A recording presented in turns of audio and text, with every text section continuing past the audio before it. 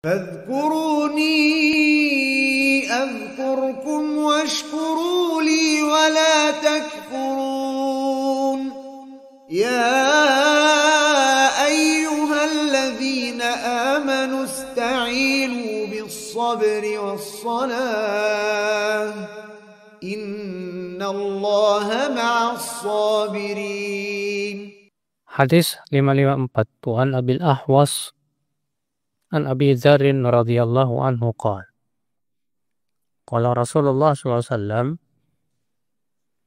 la yazalu Allahu muqbilan 'al 'abdi fi salatihi ma lam yaltafit fa idza sarafa wajhahu in sarafa anhu.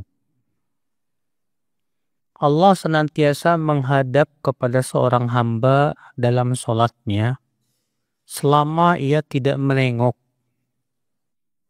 Apabila ia menengokkan wajahnya, maka Allah pun berpaling darinya. Di sini juga sama, ya, menunjukkan akan makruhnya menengok di dalam sholat. Hadis berikutnya 555.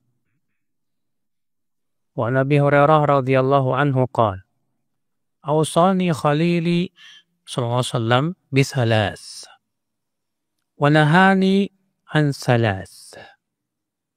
Nahani an nukratin ka nukratid dik wa iqa'in ka iqa'il kalb waltifatin kaltifatis sa'lab. Rawahu Ahmad wa Abu Ya'la wa isnadu Ahmad hasan. Dari Abu Hurairah semoga Allah meridainya, ia berkata, kekasihku yaitu Rasulullah SAW berwasiat kepadaku dengan 3 dan melarangku dari 3 perkara. Beliau melarangku dari mematuk seperti mematuknya ayam dan duduk ik'a seperti duduknya anjing dan menengok seperti menengoknya musang. Hadis ini kita ambil faedah yang pertama, larangan sholat dengan cepat, seperti mematuk. Dan bahkan sudah pernah kita jelaskan bahwa itu tidak menjadikan sholatnya tidak sah. Iya. Orang yang sholatnya mematuk, kata Rasulullah, itu sholat orang munafik. Dalam hadis yang pernah lewat, kata Rasulullah, tilka sholatul munafik. Itu sholatnya orang munafik. Ya, yajrisu yarkubus syams. Dia mengakhirkan sholat. Sampai ketika matahari telah mau terbenam, naqara naqratal ghurub. Ia pun sholat seperti burung mematuk. Saking cepatnya. Iya. Yang kedua, yaitu ik'a, seperti ika'nya anjing.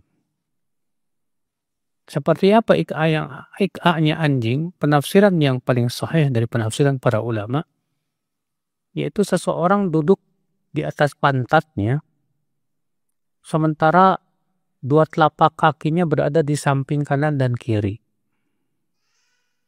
Seseorang duduk di atas pantatnya, sementara telapak kaki kanan dan telapak kanan dan kiri itu ada di sebelah kiri, sementara pantatnya duduk di atas lantai. Iya. Karena ik'a itu Pak ada 2 macam.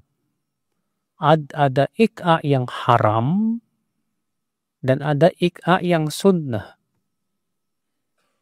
Adapun ik'a yang sunnah itu seseorang duduk di atas 2 tumitnya, di mana 2 telapak kakinya itu diberdirikan, lalu kemudian duduk di atas tumit.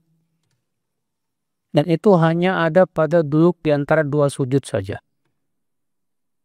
Itu hanya ada pada duduk di antara 2 sujud. Ya. Itu termasuk sunnah sebenarnya dikatakan oleh Ibnu Abbas dan Ibnu Umar. Ibnu Abbas mengatakan minas sunnah, termasuk sunnah itu adalah kamu duduk ik'a. Di antara dua sujud. Ya. Faedah yang ketiga, larangan menengok dalam sholat sebagaimana sudah kita sebutkan tadi. Faedah yang keempat hadis ini menunjukkan ikhwatul Islam larangan tasyabuh atau menyerupai binatang. Karena Nabi di sini kata Abu Hurairah melarangku yang pertama mematuk seperti mematuknya apa? Dik ayam. Yang kedua duduk seperti duduknya anjing. Yang ketiga menengok seperti menengoknya musang. Ya, yang pertama ayam, yang kedua anjing, yang ketiga musang. Makanya kata para ulama haram hukumnya kita tasyabuh dengan binatang. Nggak boleh. Antum memperagakan gaya monyet misalnya, nggak boleh. Atau antum memperagakan misalnya ya suara anjing misalnya, nggak boleh, Pak. Kenapa? Karena itu termasuk tasyabuh, dan tasyabuh dengan binatang itu tidak boleh, kecuali kalau ada keperluan, kebutuhan dalam rangka ta'lim misalnya. Ya, seperti misalnya ngajarin anak-anak suara anjing, suara ini biar bisa bedain. Walaupun kalau misalnya ada alternatif lain, ya, bukan dengan suara kita, ya jangan pakai suara kita. Ya. Suara beneran aja. Bab selanjutnya at-tarhib min mashil hasa. Larangan mengusap kerikil dan yang lainnya di tempat sujud. Dan meniupnya dengan tanpa darurat.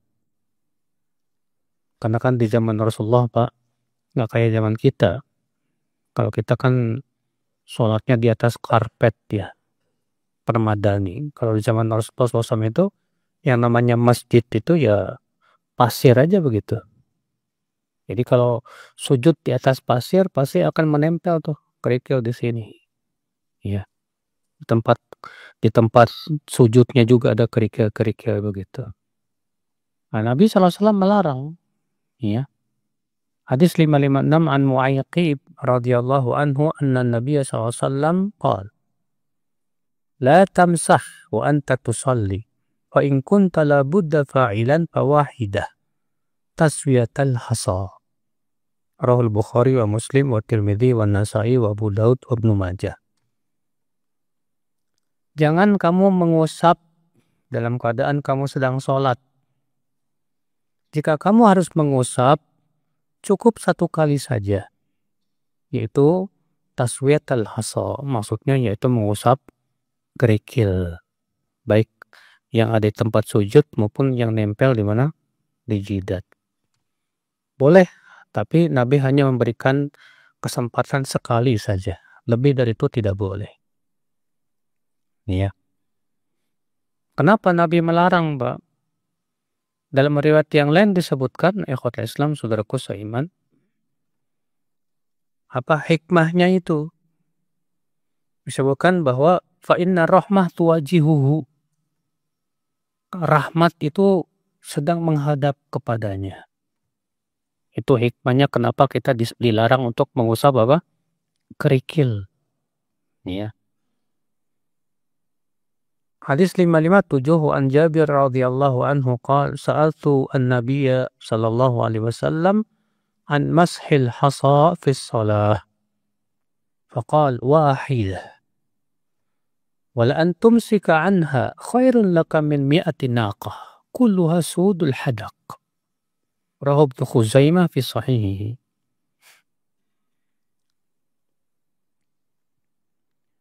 Dari Jabir, semoga Allah meridainya, ia berkata, aku bertanya kepada Rasulullah SAW tentang mengusap dalam sholat. Ya. Kata Nabi SAW apa? Cukup sekali saja. Mengusap dalam sholat cukup apa? Sekali saja. Dan kamu menahan untuk tidak mengusap, itu lebih baik daripada 100 ekor unta yang matanya itu sudul hadak. Matanya itu apa, yang hitamnya itu bulat. Ya. Ikhwata Islam, saudaraku seiman. Nah, di sini menunjukkan, Pak, bahwa kalau bisa kita tidak mengusap, jangan diusap. Ya. Tapi kalau di atas karpet kayak gini emang nggak bakal ngusap, insya Allah. Bersih. Nah, tiap hari dibersihin pakai itu, ya. Nggak ada kerikil, enak, Masya Allah.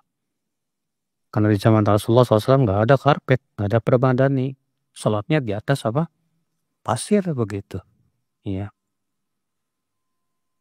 At-tarhib min wad'il yad al-khasirah fi sholah. Larangan meletakkan tangan di pinggang saat sholat.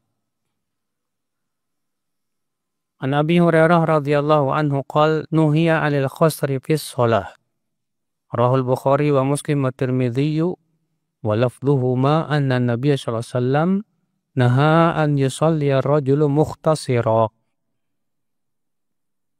Wa Nasa'i nahwa wa Abu Daud wa qala ya'ni yada'u yadahu ala khasiratihi.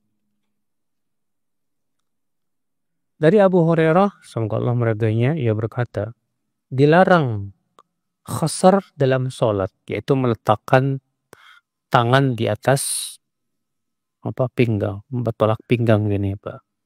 Iya.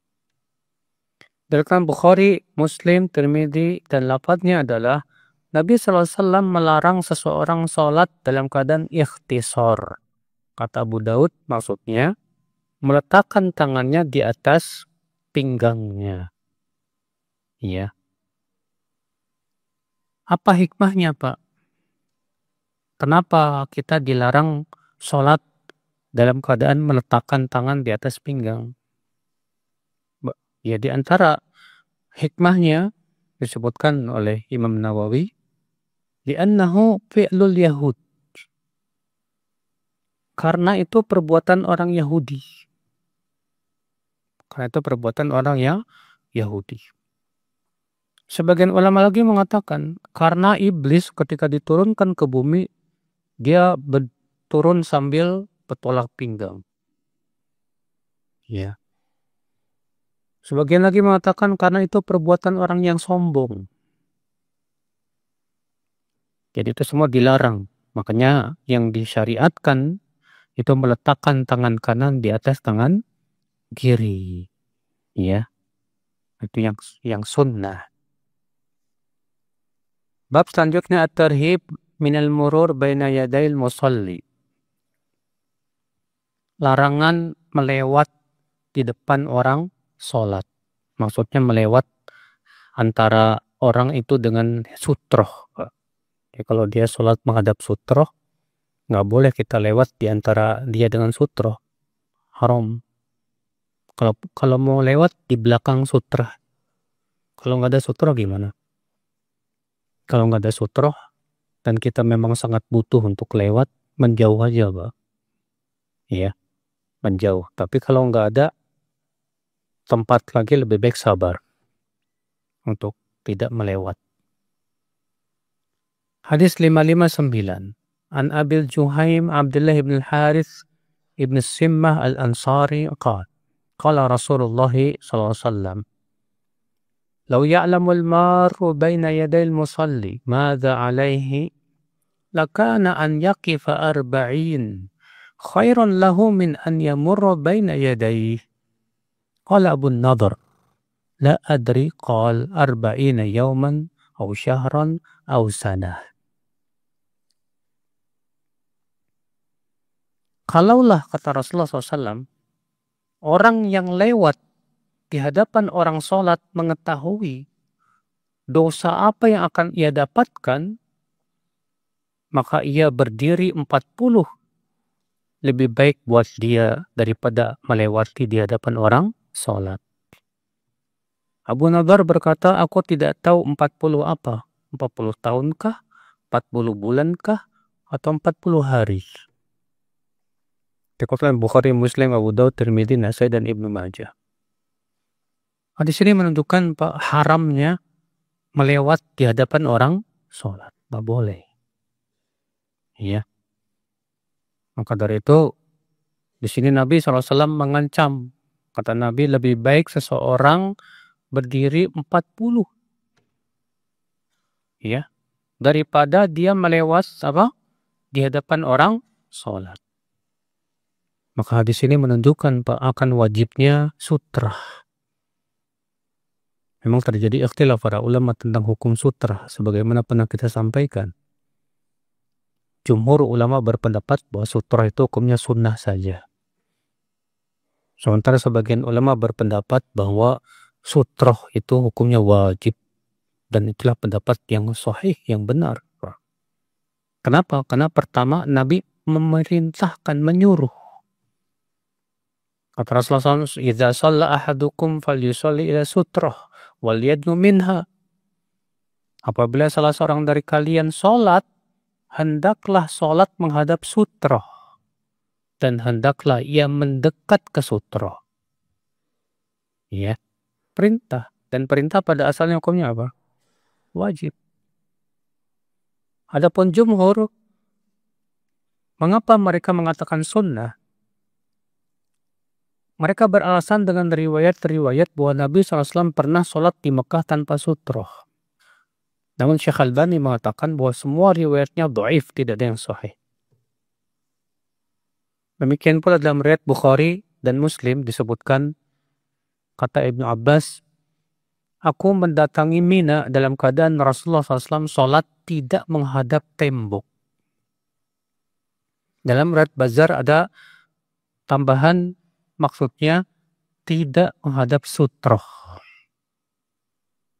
Sehingga dalil ini dijadikan hujah bahwa berarti itu menunjukkan sutroh itu tidak wajib. Namun dijawab bahwa pertama, riwayat Al-Bazzar itu dhaif, tidak bisa dijadikan hujah. Yang kedua, yang dimaksud dengan Rasulullah SAW sholat tidak menghadap tembok, tidak menunjukkan Nabi tidak menghadap sutroh. Kenapa? Karena kebiasaan Rasulullah SAW kalau safar itu bawa tombak, Pak. Kebiasaan Nabi SAW kalau safar bawa apa? Tombak. Untuk apa? Untuk jadikan sutroh dalam sholat. Itu kebiasaan Rasulullah SAW. Ya. Maka dari itu pendapat yang paling kuat adalah pendapat yang mengatakan wajibnya memakai sutroh. Kenapa? Karena dengan sutroh akan menghindarkan orang untuk berbuat dosa, Pak. Ya. Tidak menyusahkan orang. Gara-gara kita nggak pakai sutroh, orang mau lewat jadi susah.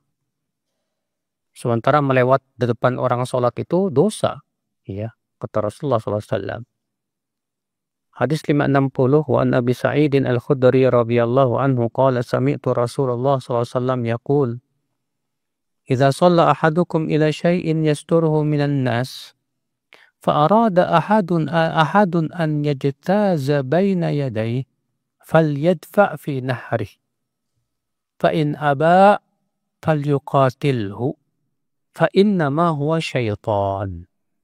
Fi lafdin, idza kana ahadukum yusalli fala yada' ahadan yamurru baina yadayhi wal yadra'hu mastata' fa in aba falyuqatilhu fa innama huwa syaitan. Rahul Bukhari wa Muslim.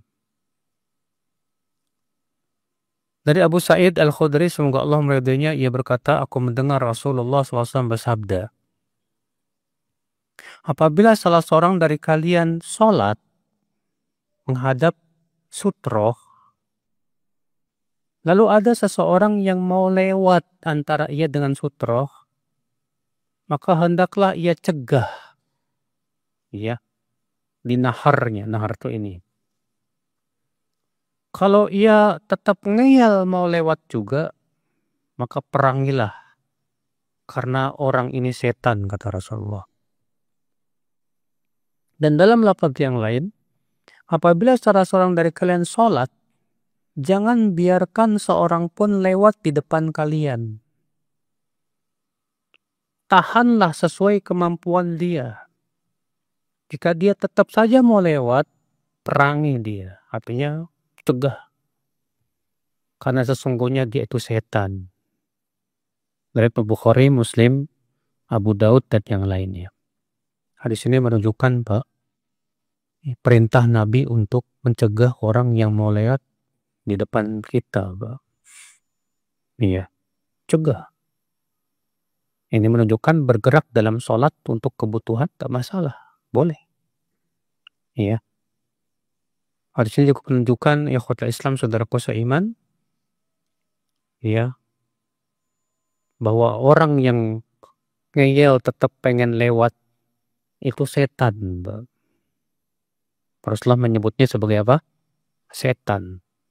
Berarti hakikat syaitan itu apa sih, Pak? Kata para ulama, syaitan adalah kullu man tamarrada, setiap yang durhaka dari kalangan jin atau manusia atau binatang. Maka disebut apa? Syaitan. Iya. Jadi dari kalangan jin ada setan yang ada. Dari kalangan manusia ada setan yang ada. Dari hewan ada juga. Jadi hakikat setan apa dong? Yaitu tadi, setiap yang durhaka. Maka dia disebut apa? Setan, saudaraku seiman. Iya. Maka jangan sampai kita jadi setan, Mas. Ya, dengan cara tadi kita tetap ngeyel mau lewat di depan orang sholat. Iya, karena hakikatnya kita tidak mau untuk pertama tidak mau mendengar larangan Rasulullah SAW. Yang kedua, membuat orang terganggu jadinya. Dan itu memang perbuatan setan. Ya. Hadis 561. Wa an Abdullah ibn Umar radhiyallahu anhuma anna Rasulullah sallallahu alaihi wasallam qala idza kana ahadukum yusalli fala yada ahadan yamurru baina yadayhi fa in aba falyuqatilhu fa inna ma'ahu al-qarin. Rawahu Ibnu Majah bi isnadin sahih wa Ibnu Khuzaimah fi sahihi. Apabila salah seorang dari kalian sedang sholat, maka jangan biarkan seorang pun ya lewat di hadapannya. Kalau dia tetap ngeyel, maka perangilah. Perangi maksudnya di gimana, Pak? Berantem. Batal dong sholat kita kalau berantem. Yang dimaksud dengan perangi di sini artinya tahan lagi. Ya, dengan kuat. Karena bersama orang itu ada korinnya, setannya. Yang ingin mengganggu kita. Akal Islam saudaraku seiman. Ya.